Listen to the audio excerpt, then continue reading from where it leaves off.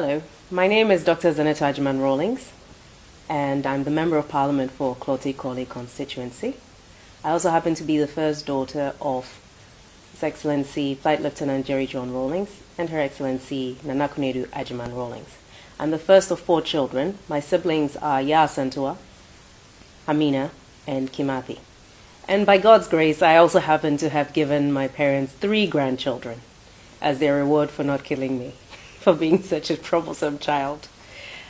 As children, we didn't grow up in the castle, so we had to see my dad sometimes on the weekends and maybe sometimes in the middle of the week. And this was because they wanted us to remain grounded and not feel detached from having a normal life. It also meant that we didn't see our dad every day, but we got used to it, and it just seemed normal anyway. I think my memories of him are a mixture of seeing him on TV, seeing him at various national events, and then of course we had the moments where we had family time, which was when we were a little bit older. And my dad has quite a wicked sense of humor. He just loved to pull pranks on people. And I suppose one of the other memories I had was when he first taught me how to fly. And interestingly enough, he's very, very precise and he's very exacting. So he would ask me to land in a specific spot. And if I couldn't, he'd make me fly around again and land again. And I remember on the day that he decided it was time for me to fly solo, as we came into land, as we were on finals, he said I should pretend like he had passed out in the plane and land the plane without him. And I was very offended by that at the time, I remember, because I thought it was bad luck to say things like that. But he ignored me. He just ignored me until I landed the plane. And as soon as we landed, he asked me to stop while we're still on the runway, and then he got out of the plane and told me to go. And I hesitated, and he said, "You're ready, so go." So I took off, and of course I was praying throughout as I was doing the circuit. And as I think I must have been probably on, I'm not sure which leg I was on anyway, and unfortunately, just as I'd taken off, my mother arrived on the scene and was asking, "Nazane wehi?" And my dad just pointed up to the sky without saying a word. Oh, my poor mother, she's been through so much. And but thank God, I landed safely and everything, and that was quite an interesting experience. My dad taught me a lot of things. Most of the things I learned taught me how to ride horses, because that was something he's always been very good at. I think he's a bit of an animal whisperer.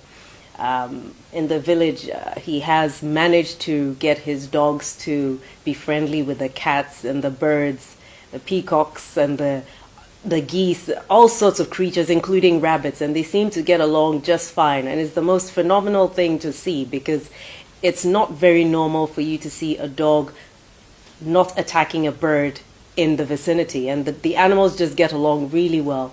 And I think it speaks to his nature, which is, people only see a certain aspect of him, and when you actually see the way he's able to create a certain atmosphere of harmony around him, it's something that it's quite special, and it's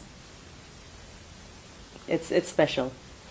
I think one of the things that I have learned from him, that I'm passing on in terms of how I raise my kids, is his love for precision. And he just does not like the idea of seeing something going wrong and leaving it as it. He didn't sugarcoat his words, but he's always had a good sense of humor. And I certainly hope that I'm managing to impart some of the things that I learned to my children. And one of the things I remember whenever we would drive out of Accra with my dad, especially on the way back if it was late, was whenever he saw there were elderly ladies or women who were on their own looking for transport to Accra, he always made sure we picked them up, whether in our vehicle or in addition with the escort vehicle as well.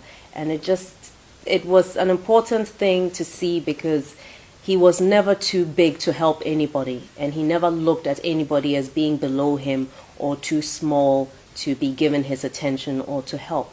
And these are some of the values that we picked up from him, teaching us to be grounded, to be compassionate, and to regard everybody as our equal and not to look down on other people.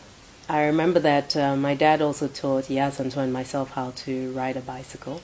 There was one morning when he was going back to the castle, and as he stepped out of the house, we went to see him off. He looked at the bicycle with the trainer wheels on either side, and he asked his guards to undo the wheels, and he was determined to teach us how to ride that morning. And so we got onto the bike, and he pushed the bike all the way to the front gate. And I remember, I think, did I almost fall or did I fall? And then on the second go, he pushed it and he said, just focus. I'm not going to let go. Just focus and just keep riding. And he did let go, but I kept my focus and I didn't fall off. And that was it. That was how he taught us how to ride a bicycle.